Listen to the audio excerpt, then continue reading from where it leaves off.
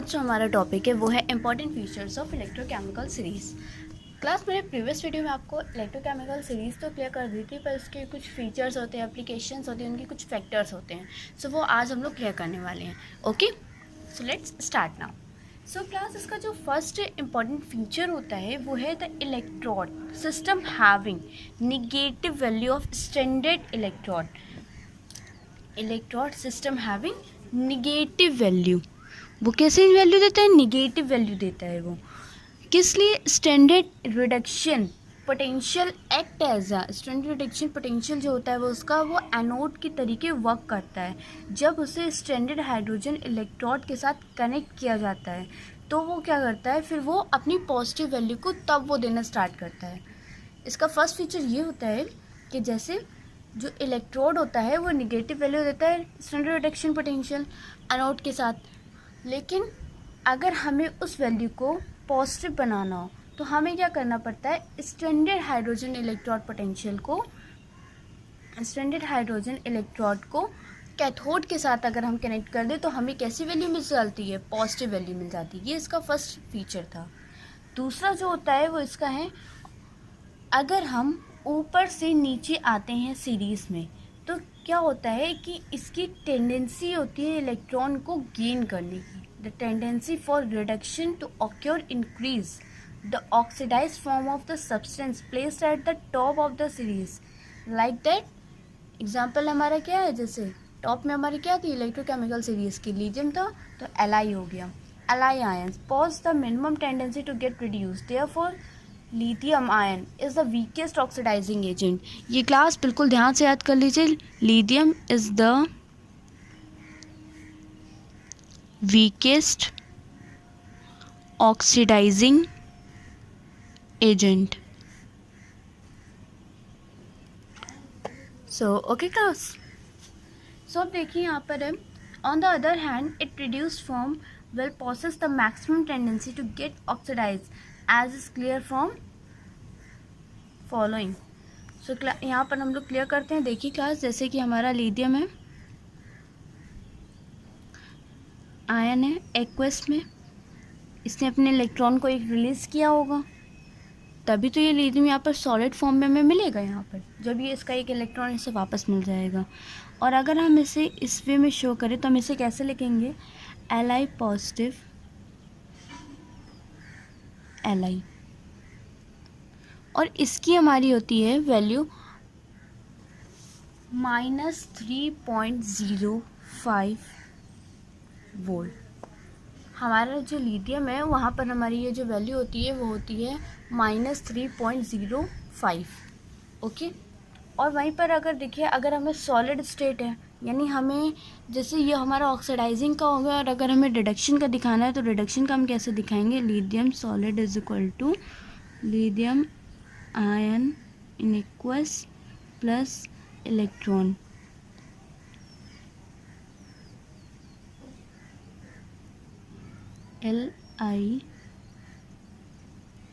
Li positive aqueous. वहीं पर अगर हम देखा था इसकी, तो इसके में क्या होता है? जैसे में इसमें ये माइनस में वैल्यू शो करता है, वहीं पर ये क्या करता है? पॉजिटिव वैल्यू को शो करता है। 3.05 वोल्ट इसकी वैल्यू हो जाती है। Thus Li will act as strongest reducing agent. इसलिए क्या है? स्ट्रॉन्गेस्ट रिड्यूसिंग एजेंट होता है। It will be able to reduce any substance placed below in the series. उसके नीचे जितने भी आते हैं वो क्या करता है? उनको रिड्यूस कर देता है। वहीं पर हमारा थर्ड क्या आता है? थर्ड है, अगर हम नीचे से ऊपर यानी टॉप टू बॉटम अगर सीरीज में जाते हैं तो उसकी टेंडेंसी होती है लॉस इलेक्ट्रॉन्स को वो खो देता है। Okay, any other the tendency for oxidize to occur increase the oxidized form of the substance placed at the bottom of the series like that fluorine gas possesses the maximum value of standard reduction potential. It means that the strongest tendency to get reduced, consequently F2 will act as the strongest oxidizing agent। F2 जो होता है वो हमारा क्या होता है? strongest oxidizing agent होता है। F2 is the strongest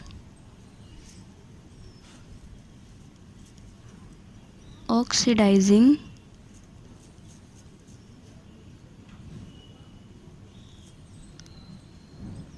agent. Okay class, अब देखिए इसमें कुछ मैं आपको इम्पोर्टेंट पॉइंट्स बता रही हूँ, जैसे कि the oxidizing power of oxidized form increases in going from, अगर हम टॉप टू बॉटम जाते हैं तो वो इंक्रीज़ होती है, वहीं पर अगर हम रिडक्शन का देखा जाए तो हम अगर टॉप टू बॉटम अगर जाते हैं तो हमारे जो रिड्यूसिंग पावर होती है वो डिक्रीज़ होती है। टॉप टू बॉटम जाने पर हमारी ऑक्सीडाइजिंग इंक्रीज़ होगी और वहीं पर हमारी रिडक्शन पावर जो होगी वो उसकी डिक्रीज़ हो जाएगी। ओके, अब इसी के साथ ही हमारा application of electrochemical series start होता है। एप्लीकेशंस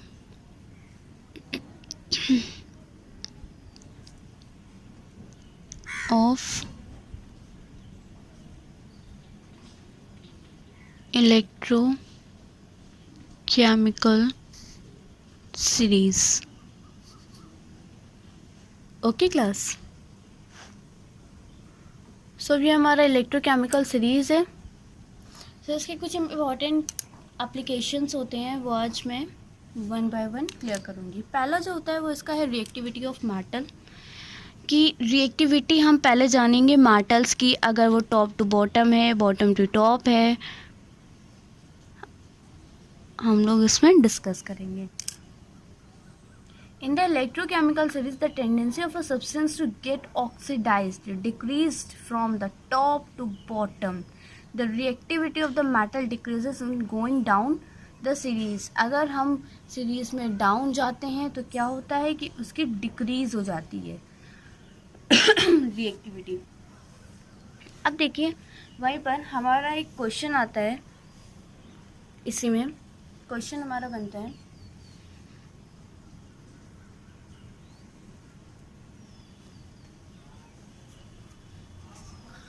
तो क्लास हमारा क्वेश्चन है द स्टैंडर्ड रिडक्शन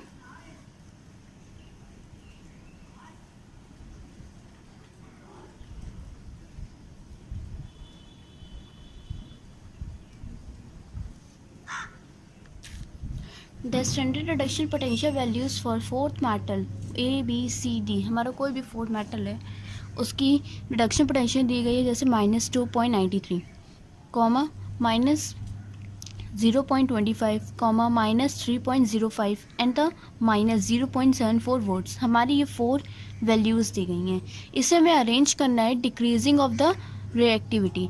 क्यों? क्योंकि देखिए हम रिएक्टिविटी ऑफ मेटल पढ़ रहे हैं और रिएक्टिविटी ऑफ मेटल में हमने आपसे क्या कहा था कि वो क्या होती है, डिक्रीज फॉर्म में जाती है, उसका जो ऑक्सीडेशन है वो इंक्रीज़ होता है टॉप टू बॉटम, वहीं पर लेकिन रिडक्शन क्या होता है, डिक्रीज़ होता है। तो हम रिड्यूसिंग शो कर रहे हैं। सो यहाँ पर देखिए हमें अगर इसे अरेंज करना होगा तो ये किस तरीके से अरेंज होगा,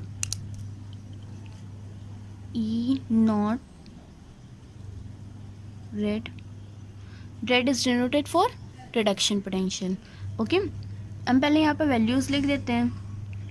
देखिए A की कितनी है, B की कितनी है, C की कितनी है और D की कितनी है। ठीक है, A की हमारी वैल्यू है -2.93, -0.25, -3.05, -0.74. Okay, so these are the 4 values.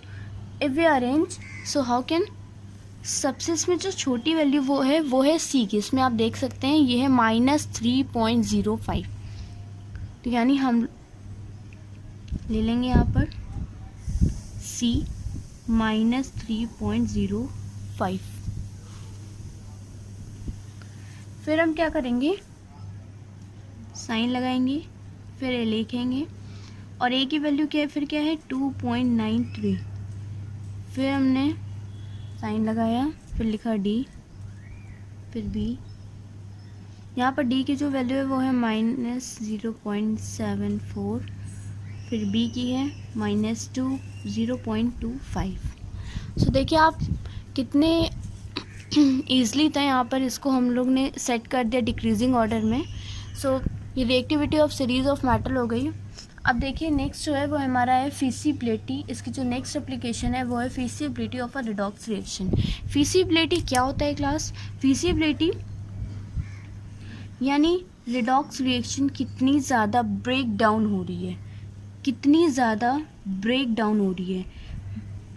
देखिए वो रिडॉक्स रिएक्शन है, रिडॉक्स रिएक्शन है तो वो क्या करती है, ऑक्सीडाइजिंग एजेंट भी है, as a oxidizing agent and as a reducing agent, दोनों के तरीके वर्क करती है। जब वो दोनों के तरीके वर्क करती है तो अब उसी में हमें देखना है कि वो कितनी ज़्यादा और ब्रेक इन हो रही है। The electrochemical series is very helpful in the predicting the feasibility of a redox reaction. A redox reaction is feasible when the substance having higher reduction potential.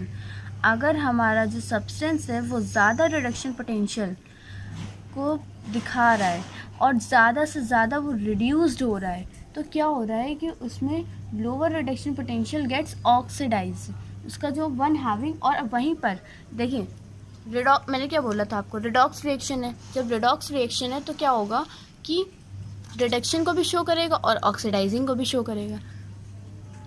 जब ये हमारा दोनों चीज़ों को शो कर रहा है तो क्या होगा कि एक साइड पर तो वो रिडक्शन पोटेंशियल को शो करेगा और दूसरी साइड पर वहीं पर हमारा क्या होगा, ऑक्सीडाइजिंग पोटेंशियल को शो करेगा। जैसे कि अगर हम एग्जाम्पल ले लेते हैं, हमने ले लिया iron, 2 positive ion in aqueous plus Cu solid, Cu 2 positive aqueous plus FeS यानी सॉलिड फॉर्म में। अब देखिए अगर हम देखें फ्रॉम द इलेक्ट्रोकेमिकल सीरीज, अगर हम इलेक्ट्रोकेमिकल सीरीज के उससे चेक करें तो यहाँ देखिए E0, अगर हम F के लिए चेक करें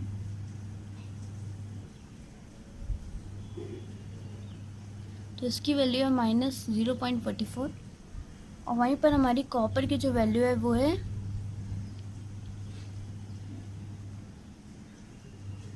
+0.34। सो क्लास अब देखिए वहीं पर क्या हुआ था, आयरन ने अपने इलेक्ट्रॉन्स क्या करे थे, कॉपर को ऑक्सीडाइज कर दिया। आयरन ने अपने इलेक्ट्रॉन से कॉपर को ऑक्सीडाइज कर दिया और खुद रिड्यूस्ड हो गया। और वहीं पर कॉपर ने क्या करा, कॉपर ने खुद को ऑक्सीडाइज कर लिया और आयरन क्या हो गया, रिड्यूस्ड हो गया। ओके अब इसी बेस पर अगर देखा जाए, अगर हम लोग E0 ऑफ द सेल निकालेंगे तो E0 ऑफ द सेल हमारा क्या आएगा इसमें, यहाँ देखिए E0 ऑफ द सेल हमारी, इसका फॉर्मूला क्या होता है, E0 of the cell is equal to E0 cathode minus anode, cathode minus anode, तो हमारा फॉर्मूला होता है। अब देखिए उसी बेस पर हमारा एक क्वेश्चन आता है, तो क्वेश्चन देखते हैं हम लोग, हमारा क्या है। ये हमारा क्वेश्चन है, ये इस क्वेश्चन में दिया गया है Cu2 positive ion in aqueous plus 2 Ag as a solid is equal to its gives Cu solid plus 2 Ag positive. अब देखिए इसमें क्या हुआ है, ऑक्सीडाइज कॉपर जो है वो रिड्यूस्ड हो गया है, कॉपर जो है कॉपर ने ऑक्सीडाइज्ड कर दिया है किसे, Ag को। तो यानी कॉपर क्या है, कॉपर ने ऑक्सीडाइजिंग एजेंट का वर्क किया है, copper works as oxidizing agent. यानी जो हमारी ये वैल्यू है, ये वैल्यू हमारी किसकी है, कैथोड की है, जो ऑक्सीडाइज्ड करते। अब जो खुद जिसको किया है ऑक्सीडाइज्ड वो क्या है, वो है रिड्यूस्ड, वो क्या था, रिड्यूस था। तो अब ये जो वैल्यू है हमारी Ag E0 Ag oblique Ag positive is equal to 0.80 volt, ये है हमारी रिडक्शन की, ये हमारी एनोड की है। तो अब हम फॉर्मूला लिखेंगे E0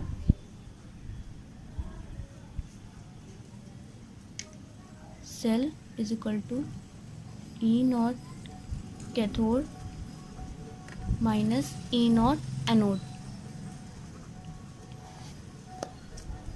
क्लास अब हम वैल्यू को पुटअप कर देते हैं। कैथोड की वैल्यू हमारी क्या थी, 0.34, वहीं पर माइनस का साइन उन्होंने माइनस का साइन लगा दिया। अब देखिए हमारी एनोड की वैल्यू जो है वो एनोड की वैल्यू है पॉजिटिव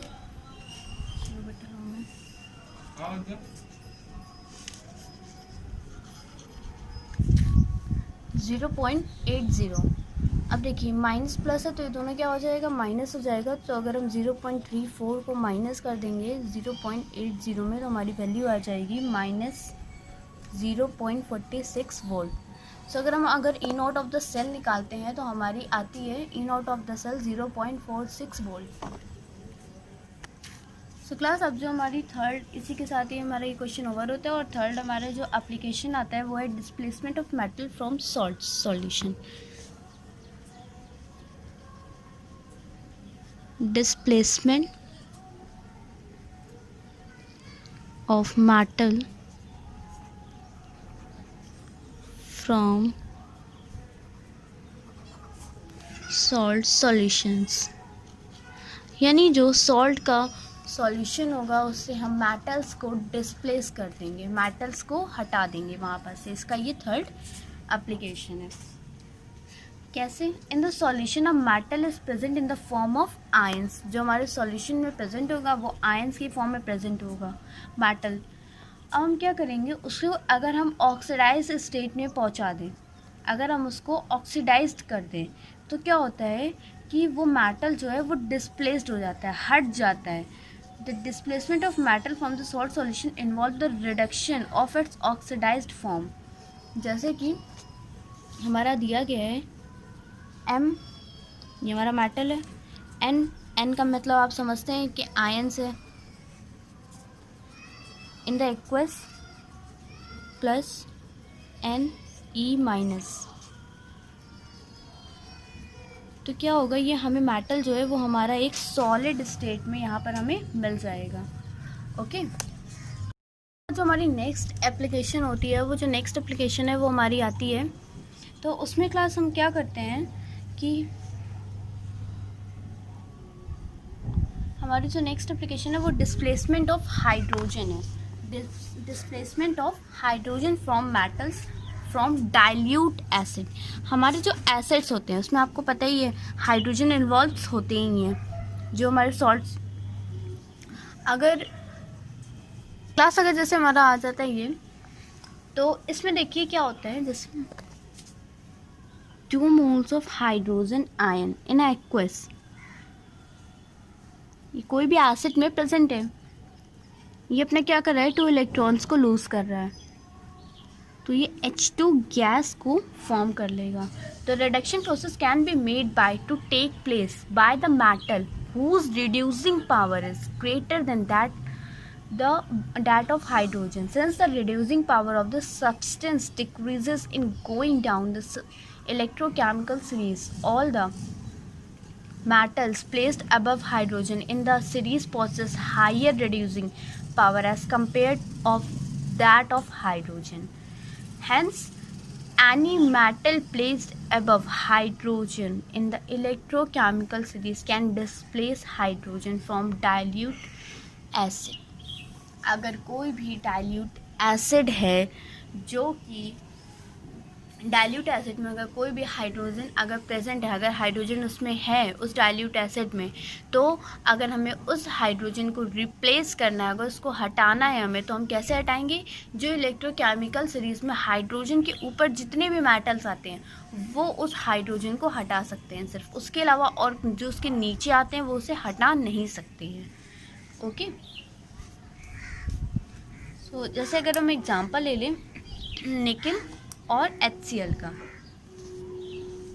हमने ले लिया यहाँ पर निकल Ni, ये हमारा सॉलिड स्टेट में है, प्लस 2HCl, ये हमारा एक्वस सॉल्यूशन में, मैंने क्या बोला था, डाइल्यूट है ना। तो ये NiCl2Ag plus H2 as a gas बना करके इसे इवापोरेट कर देगा, हटा दिया इसने हाइड्रोजन को। ओके, अब अगर वहीं पर अगर हम देखा जाए कि हम निकल के बजाय फ्लोरीन ले रहे हैं, तो फ्लोरीन हो ही नहीं सकता, चांस ही नहीं है कि उसका कि ये हाइड्रोजन को रिप्लेस कर पाए। क्यों? क्योंकि हाइड्रोजन से बहुत लास्ट में, एकदम लास्ट की ये सीरीज़ है, तो लास्ट एलिमेंट है सीरीज़ का, तो ये कोई इसका कोई चांस ही नहीं बनता है कि ये हाइड्रोजन को रिप्लेस आउट कर पाएगा। वहीं पर अगर हम फिर अब इसकी थर्ड एप्लीकेशन आती है, तो थर्ड एप्लीकेशन है हमारी इसकी। सो क्लास अब देखिए, electropositive character of metal and thermal stability of their oxides. So अब ये क्या है? The electropositive character of metal is its tendency to form positive ion. वो जितने ज़्यादा पॉजिटिव आयन्स को बनाएगा, जितने के ज़्यादा इलेक्ट्रॉन्स को लूज़ करेगा, top to bottom, top of the electrochemical series possesses the lowest value of the reduction potential, therefore its oxidation potential would be maximum। तो उसकी oxidation potential क्या होगी? ज़्यादा हो जाएगी। and it will have the greatest tendency to lose electron, और उसकी ज़्यादा टेंडेंसी होगी अपने इलेक्ट्रॉन्स को लूज़ करने की। The value of standard reduction potential increases in going down the series, the electropositive character of metal decreases। okay class? सो अब जो इसकी नेक्स्ट आती है, नेक्स्ट एप्लीकेशन है। नेक्स्ट एप्लीकेशन क्या है इसकी? Calculation of the standard cell potential. So वो मैं आपको बता ही चुकी हूँ कि स्टैंडर्ड सेल पोटेंशियल को हम लोग कैसे निकालते हैं। इसकी जो सिक्स एप्लीकेशन है, तो उसका हम लोग का फॉर्मूला होता है E naught cell minus is equal to E naught cathode minus E naught anode. तो इसी बेस पर हमारा एक क्वेश्चन होता है, वो हमारा क्वेश्चन है calculate the standard potential for the cell. So इसमें हमारा क्वेश्चन दिया गया है Ni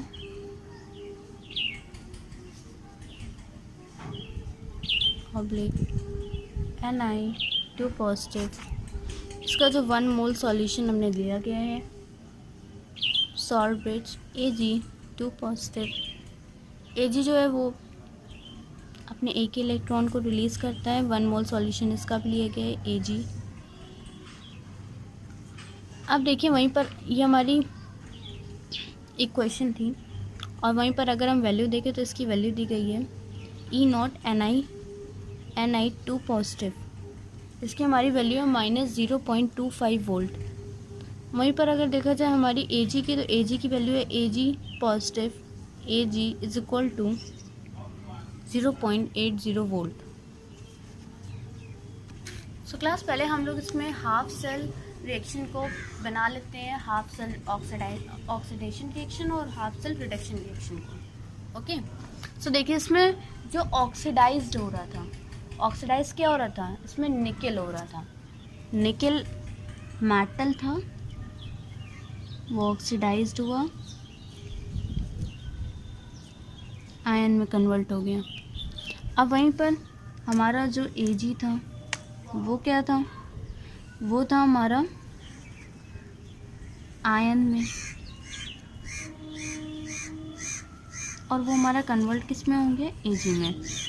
लेकिन देखिए क्लास, अगर हम दोनों इक्वेशन को ऐड करते हैं तो ये दोनों इक्वेशन बैलेंस है नहीं, क्योंकि इलेक्ट्रॉन्स हमें इलेक्ट्रॉन ऐसा करना है कि इसमें इलेक्ट्रॉन्स बचे ही ना। सो अगर वो हमें करना है तो वो कैसे होगा class?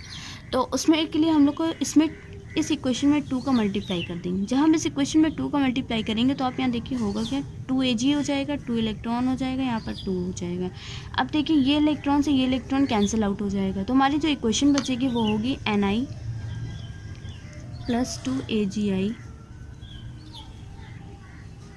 Ni2 positive ion + 2 Ag।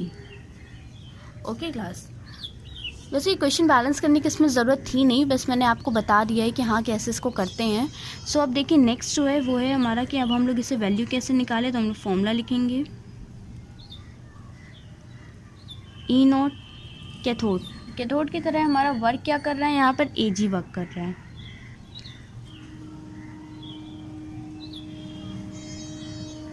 Minus anode. Anode की तरह हमारा वर्क क्या कर रहा है? निकल कर रहा है। सो हम दोनों की वैल्यू लिख देंगे। हमारी Ag की जो वैल्यू थी वो थी हमारी 0.80 वोल्ट। वहीं पर अगर हमारी निकल की वैल्यू देखा जाए तो उसकी वैल्यू थी -0.25 वोल्ट। सो अब देखिए ये है माइनस माइनस, ये दोनों हो जाएंगे प्लस, तो हमारा बन जाएगा 0.80 प्लस 0.25 50 1.05 वोल्ट। यह हमारी E naught of the cell आ जाएगा। ये हमारा E naught of the cell is equal to 1.05 volt आ जाएगा। Okay class. सो अब जो इसके एप्लीकेशंस थे वो क्लास फिनिश हो गए हैं, और इसके कुछ फैक्टर्स होते हैं। नेक्स्ट इक्वेशन आती है इसकी, वो मैं नेक्स्ट इक्वेशन वो मैं आपको एक और टॉपिक है next equation of the cell, वो मैं आपको उसमें बहुत अच्छे से क्लियर करूँगी। इसमें मैं सिर्फ आपको उसके पॉइंट्स बता देती हूँ। जैसे कि नेक्स्ट इक्वेशन है, तो नेक्स्ट इक्वेशन में जो the electrode potential of the electrode assembly depends, जो उसके डिपेंड्स करते हैं, फैक्टर्स बोले गए हैं इसमें, factors affecting electrode potential and the next equation for electrode potential. So उसका जो फर्स्ट फैक्टर है वो है nature of the metal and its ion. दूसरा जो है वो है concentration of ion and in the solution. तीसरा जो है वो है इसका टेम्परेचर। ये इन तीन चीज़ों पर डिपेंड करती है।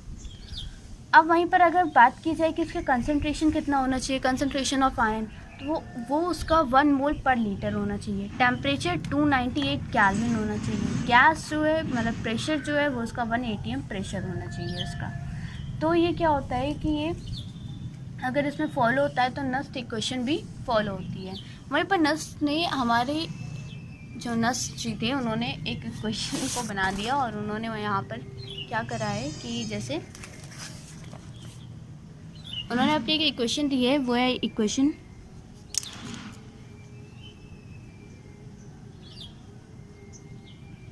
E is equal to E not minus R T upon N F log E reduction state upon oxidizing state.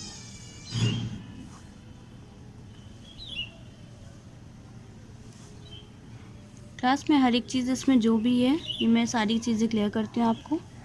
यहाँ देखिए ई जो है वो reduction potential of the electrode को लिए इलेक्ट्रोड के लिए शो किया गया है। वहीं पर हमारा ई नॉट जो है वो है standard reduction potential of the same electrode, जिसका इलेक्ट्रोड है इसी इलेक्ट्रोड के लिए इसका स्टैंडर्ड रिडक्शन पोटेंशियल। आर जो है वो आप जानते हैं गैस कांस्टेंट होता है, और गैस कांस्टेंट की हमारी वैल्यू कितनी होती है 8.314। फिर है हमारा T temperature of the electrode है। एफ जो एन जो है वो है number of moles of electron gained by 1 mole of the oxidized state to get change into the reduction state in the process of reduction acquiring at the electrode. वहीं पर F जो है वो है हमारा Faraday law. 1 Faraday is equal to how many coulombs 96500 coulombs हमारा होता है। ओके। सो अब देखिए यहाँ पर जो ऑक्सीडाइजिंग स्टेट दिया गया है वो है concentration of the substance undergoing reduced, और रिड्यूस्ड स्टेट जो है वो है हमारा concentration of the substance obtained on reduced.